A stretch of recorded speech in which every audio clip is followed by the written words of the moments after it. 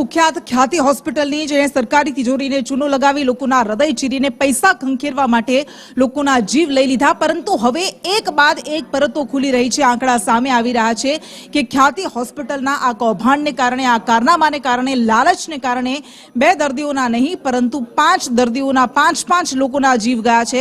મહેસાણા આરોગ્ય વિભાગની તપાસમાં આ ઘટસ્ફોટ થયો છે। બોરીસના ગામના જે આપણા 2 લાભાર્થીનું મૃત્યુ થયું,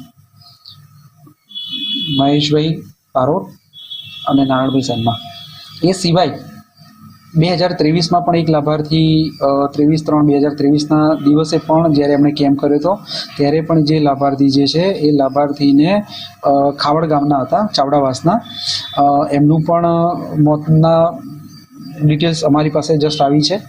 સાથે સાથે વાદરોડા ગામ, તો વાદરોડા ગામની અંદર પણ જે લાભાર્થી હતા એ વાદરોડા ગામના લાભાર્થી ઠાકોરવાસના લાભાર્થી છે અને ઠાકોરવાસના લાભાર્થીને પણ 13/10ના રોજ 13/10ના રોજ કેમ્પ થયો અને તેમનું મરણ 15/10ના રોજ થયું। સાથે સાથે બીજા એક લાભાર્થી છે પટેલવાસ વિનાયકપુરા, અને આ લાભાર્થીનું પણ ખ્યાતિ હોસ્પિટલના કેમ્પમાં જ 6/10ના રોજ એ કેમ્પમાં એ લાભાર્થીને તપાસવામાં આવ્યા અને ત્યારબાદ જે આ લાભાર્થીનું મરણ 4/11ના રોજ એટલે ધનતેરસના દિવસે આ લાભાર્થીનું મોત થયું છે।